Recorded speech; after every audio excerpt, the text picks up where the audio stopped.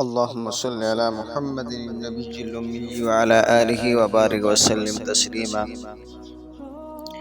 عن أبي هريرة رضي الله تعالى عنه قال قال رسول الله صلى الله تعالى عليه وسلم: ثلاثة لا يكلمهم الله يوم القيامة ولا يزكيهم ولا ينظر إليهم ولهم عذاب أليم: شيخ زان مالك كذاب عائل مستكبر.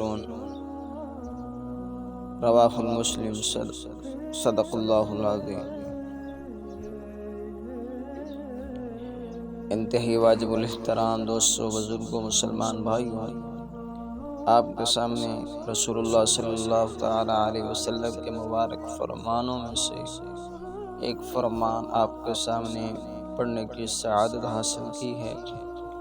دعا ہے کہ اللہ رب کائنات مجھے صحیح معنوں میں سمجھانے کی توفیق عطا فرمائے، پھر ہم سب کو اس پر عمل کرنے کی توفیق عطا فرمائے. معزز سامعین، حضرت ابو ہریرہ رضی اللہ تعالی عنہ سے روایت ہے، مسلم شریف کی روایت ہے. آپ صلی اللہ تعالی علیہ وسلم نے ارشاد فرمایا: ثلاثتون، تین شخص، تین آدمی ایسے ہیں، لا یکلمہم اللہ یوم القیامہ، قیامت کے دن اللہ رب کائنات ان سے گفتگو نہیں کریں گے، بات نہیں کریں گے. آج ہم سے کوئی گفتگو نہ کرے، ہم کسی سے گفتگو نہ کریں تو یہ ہم سمجھتے ہیں کہ ناراضگی کا سبب ہے. تو کل قیامت کے دن جب اللہ رب کائنات ان حضرات سے، ان تین شخصوں سے بات نہیں کریں گے تو یہ اللہ رب کائنات کی ناراضگی کا سبب ہے. دوسرا عذاب یہ ہوگا: بھلا یزکیہم، اللہ رب کائنات ان کو پاک نہیں کریں گے، ان کے گناہوں کو معاف نہیں کریں گے، گناہوں کو معاف نہیں کریں گے. دوسرا عذاب، پہلا عذاب اللہ رب کائنات ان سے گفتگو نہیں کریں گے. دوسرا عذاب ولا یزکیہم، اللہ رب کائنات انہیں پاک نہیں کریں گے. اور تیسرا عذاب ولا ینظر الیہم، اللہ رب کائنات کل قیامت کے دن ان کی طرف نظر رحمت نہیں کریں گے.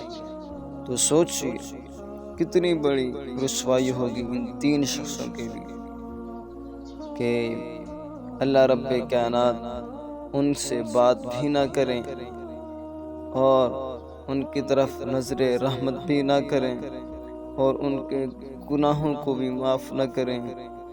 تو پھر سوچیے کہ یہ شخص کہاں جائے گا، اللہ کے سوا کہاں جائے گا. اور آگے حدیث میں الفاظ ہیں: وَلَهُمْ عَذَابٌ عَلِيمٌ، ان کے لیے دردناک عذاب ہوگا. تو سوچیے کیا منظر ہوگا اس وقت جب تمام انبیاء بھی وہاں موجود ہوں گے، رسل بھی موجود ہوں گے، ان کی امتیں بھی موجود ہوں گی، تمام لوگ معاشر میں موجود ہوں گے.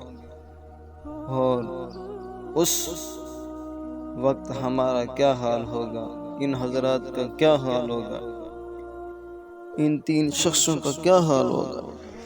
یہ تین شخص کون سے ہیں؟ ذرا توجہ فرماؤ.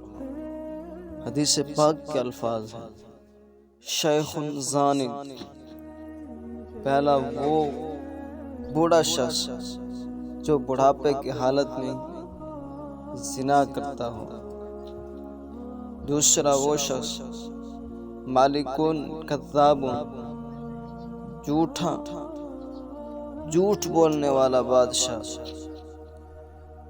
جھوٹ بولنا ویسے ہی گناہ ہے، برا ہے، لیکن بادشاہ کے لیے بہت زیادہ برا ہے، کیونکہ اس کا اثر ایک دو آدمیوں پر نہیں پڑتا بلکہ سارے ملک پر اس کا اثر پڑتا ہے، اس کے جھوٹ کا اثر پڑتا ہے. اور تیسرا عائل مستکبر، تکبر کرنا برا ہے، لیکن خاص طور پر جو مفلس ہو، فقیر ہو، اس کے لیے تکبر کرنا بہت ہی برا ہے۔ حدیث پاک میں آیا کہ 3 شخص 3 عذابوں میں ہوں گے۔ تو پہلا زانی جو بڑھاپے کی حالت میں زنا کرتا ہوگا، دوسرا بادشاہ جو جھوٹ بولتا ہوگا، تیسرا عائل مستکبر فقیر مفلس، فقیری کی حالت میں بھی تکبر کرتا ہوگا۔ تو 3 عذاب ہوں گے ان کے لیے۔ پہلا عذاب، اللہ رب کائنات ان کی طرف نظر رحمت نہیں فرمائیں گے۔ دوسرا عذاب، اللہ رب کائنات انہیں پاک نہیں کریں گے۔ اور تیسرا عذاب، اللہ رب کائنات ان کی طرف نظر رحمت نہیں کریں گے۔ دعا ہے کہ اللہ رب کائنات ہم سب کو ان 3 گناہوں سے بچنے کی توفیق عطا فرمائے، اور ہم سب کو صراط مستقیم پر چلنے کی توفیق عطا فرمائے۔ جو کہا سنا اس پر مجھے بھی اور آپ سب کو عمل کرنے کی توفیق عطا فرمائے۔ ھذا اقول قولی واستغفر اللہ وآخر دعوانا ان الحمد للہ رب العالمین۔